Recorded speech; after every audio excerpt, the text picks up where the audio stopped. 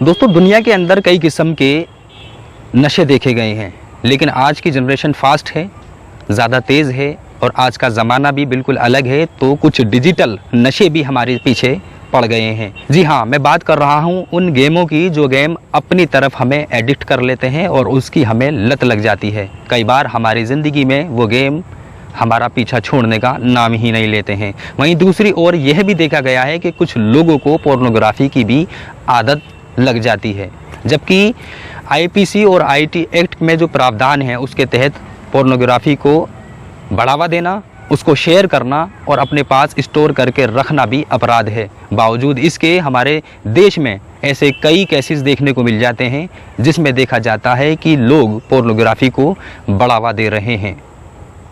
ऐसा ही एक मामला बिहार के दरभंगा से सामने आ रहा है, जिसे सुनने के बाद आप हैरत में हो जाएंगे। नमस्कार, आदाब, सत श्री अकाल। मैं हूं आपके साथ याह्या खान सोज। आज की जो सच्ची घटना, सच्ची कहानी सामने आ रही है वो बिहार के दरभंगा से सामने आ रही है, जहां पर एक व्यक्ति अपनी पत्नी पर आरोप लगाते हुए कह रहा है कि मेरी पत्नी प्यार करती हैं, यानी अपनी अश्लील वीडियो बनाकर उसे इंटरनेट पर अपलोड करती हैं। वहीं व्यक्ति ने अपनी पत्नी पर आरोप लगाते हुए कहा है कि मैंने उनकी साइटें एक नहीं, दो नहीं, बल्कि कई साइटें देखी हैं जिस पर वो अपनी अश्लील वीडियो अपलोड करती हैं। बल्कि एक साइट पाकिस्तान के नाम से भी उन्होंने बनाई हुई है जिस पर मैंने उनकी वीडियो देखी हैं। जिसके बाद एक सवाल उस व्यक्ति से किया गया कि आप ये बताइए, आप कैसे कह सकते हैं कि आपकी बीवी ही ये सब कर रही हैं, जबकि आपका यह भी कहना है कि जो मेरी पत्नी हैं वो अपने चेहरे को कवर कर लेती हैं, बाकी नीचे के जिस्म को खुला छोड़ देती हैं। अब ये तो बहुत मुश्किल हो जाएगा पहचान पाना, लेकिन व्यक्ति का साफ तौर पर कहना है कि मैंने अपनी ज़िंदगी के कई साल अपनी बीवी के साथ गुजारे हैं।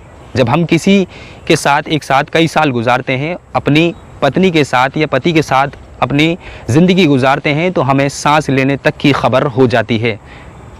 बल्कि मैं तो अपनी आँखों से पूरा जिस्म देख रहा हूँ। बल्कि यहाँ तक उसने आरोप लगाते हुए कहा है कि मेरी पत्नी के जिस्म पर कोई बहुत से ऐसे साइन हैं जिससे मैं पहचान सकता हूँ ये मेरी ही बीवी है।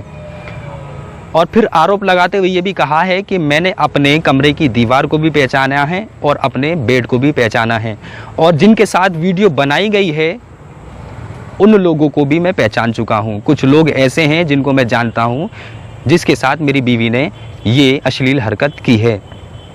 जिसके बाद व्यक्ति ने आरोप लगाते हुए कहा है, जब मैंने इसका पुरजोर विरोध किया तो बीवी ने मुझसे कहा कि आपको कोई गलतफहमी हुई है, जो आपने देखा है वो मैं नहीं हूँ। जब मैंने इसको ज़्यादा ही पुरजोर तरीके से कहना शुरू कर दिया तो उस व्यक्ति ने आरोप लगाते हुए कहा है कि मेरी बीवी ने फिर शॉर्ट्स कपड़े पहनने शुरू कर दिए और घर में रहना शुरू कर दिया, ताकि उसका जिस्म काला हो जाए और उसकी पहचान आसानी से ना हो सके। जिसको देखकर मेरे अड़ोस पड़ोस के लोगों ने भी खूब जमकर इसका विरोध किया। कहा कि एक तुम ही यहाँ पर नहीं रहती हो, और भी बहुत से लोग यहाँ पर रहते हैं, लिहाजा आप अपने कपड़ों को ज़रा ठीक कर लो। जिसके बाद व्यक्ति ने कहा है कि मैंने इसकी एफआईआर की, एफआईआर करने के बाद मुझे मुसलसल धमकियाँ दी जा रही हैं कि आप इस एफआईआर को वापस ले लो। कहा है मेरे ऊपर प्रेशर बनाया जा रहा है कि मेरे खिलाफ़ एफआईआर भी दे दी गई है और मुझे जान से मारने की प्लानिंग भी की जा रही है। दोस्तों, हैरत में डाल देने वाला ये मामला बिहार के दरभंगा से सामने आ रहा है, जिसमें एक परिवार खड़ा है और उसके साथ उसकी यानी जो व्यक्ति हैं उनकी माँ भी हैं और उनके 3 बच्चे भी हैं। बल्कि एक चैनल में जब इसको खबर को चलाई गई तो उसमें एक सवाल किया गया बच्ची से, जो बच्ची थी। बच्ची का कहना है कि पहले मुझे लगता था कि पापा गलत हैं, लेकिन अब मुझे लगता है कि मम्मी गलत हैं और पापा बिल्कुल सही हैं। मुझे विश्वास नहीं हो रहा है कि मेरी माँ ऐसी कोई हरकत भी कर सकती हैं। जिसके बाद उस बच्ची ने ये भी कहा है कि हमारी माँ हमारे घर से बहुत सारे पैसे और सामान लेकर चली गई हैं। बहरहाल वो अब हमारे पास नहीं रहती हैं, वो इसी बात से नाराज़ होकर हमारे पास से जा चुकी हैं। लेकिन दोस्तों, अब आप हमें कमेंट सेक्शन में कमेंट कर ज़रूर बताइएगा कि आप इस पूरे मामले को किस नज़रिए से देखते हैं। जबकि हमारे हिंदुस्तान में पोर्नोग्राफी को पूरी तरीके से बंद कर दिया गया था। दोस्तों, जैसे ही हिंदुस्तान में कोरोना ने कदम रखा, वैसे ही दोबारा फिर से पोर्न की सारी वेबसाइटों को खोल दिया गया था ताकि लोग अपने घर में रह सकें। और कुछ ऐसी साइट्स थी जो पेड साइट हुआ करती थी, यानी जिसमें हमें पैसा पे करना होता था तभी वो साइट खुलती थी। वो साइटें भी फ्री में खुलने लगी थी। लेकिन बड़ा सवाल यहाँ पर ये खड़ा होता है दोस्तों कि पूरी तरीके से जब हमारे हिंदुस्तान में पोर्नोग्राफी को बंद कर दिया गया है तो आखिर ऐसे मामले हमारे सामने आए दिन क्यों आते रहते हैं। अब आप हमें कमेंट सेक्शन में कमेंट करके ज़रूर बताएं कि आप इस पूरे मामले को किस नज़रिए से देखते हैं। इसी के साथ मैं याह्या खान सोज़ आपसे इजाज़त लेता हूँ। मैं फिर से हाजिर रहूँगा किसी सच्ची घटना के साथ, किसी सच्ची कहानी के साथ। तब तक के लिए आप होशियार रहें, सावधान रहें।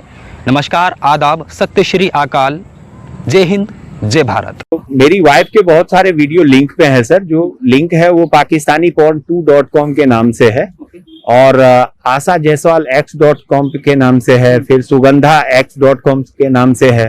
तो बहुत सारे ऐसे साइट हैं जिसपे मेरी वाइफ का वीडियो मतलब मिला, जो कि मतलब अलग अलग मर्दों के साथ में।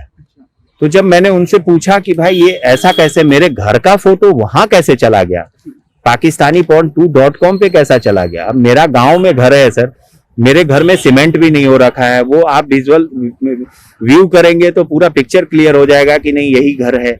मेरा मतलब बेड कैसे चला गया, मेरी वाइफ कैसे चली गई। तो इसलिए मैंने एसएसपी साहब के पास 19 जुलाई को ही कंप्लेन कर रखा था सर। मैं कैसे नहीं पहचानूंगा, उसने मास्क लगा रखा है। इन लोगों का क्या है, एक कि जो जेंट्स है और जो लेडी है दोनों मास्क लगा के रखते हैं, कंठ से ऊपर पूरा ढक के रखते हैं, बाकी ओवरऑल पूरा खाली होता है। लेकिन मैं दूसरे की वाइफ को नहीं पहचान सकता हूँ। मेरी जो वाइफ है उसका पूरा बॉडी मैंने देख रखा है। उसके बॉडी में बहुत सारे ऐसे सिग्नेचर्स हैं, बहुत सारे मतलब उसके मतलब बैठने का स्टाइल, सोने का स्टाइल, उठने का स्टाइल, मैं हर चीज जानता हूँ। इसलिए मैं बखूबी साबित कर सकता हूँ कि ये मेरी वाइफ का ही वीडियो है। तो लग रहा था जो मेरी मम्मी मुझसे प्यार करती है, क्योंकि मैं भी उससे प्यार करती थी। कोई बच्चा अपनी माँ पे ऐसा शक नहीं कर सकता है जब तक वो कभी कुछ दिखा नहीं रहेगा। इसलिए मैं मम्मी पे डाउट कभी हुआ ही नहीं। लेकिन जब बाद में पता चला जो मम्मी ऐसी ऐसी कर रही है तो समझ में आया जो पापा सच बोल रहे हैं और मम्मी झूठ। पापा मम्मी को बुलाए भी, जो तुम आ जाओ यहाँ पे, बच्चे लोग रो रहे हैं, लेकिन वो नहीं आई। बोली गांव में नहीं रहेंगे, फिर हम बाहर ही चले जाएंगे, अपने परिवार को लेकर वहीं पे रहेंगे। लेकिन मम्मी नहीं आई और ना ही पापा को मम्मी से, जिस दिन से मम्मी घर छोड़कर गई उस दिन से पापा को मम्मी से एक बार भी बातचीत भी नहीं हुई।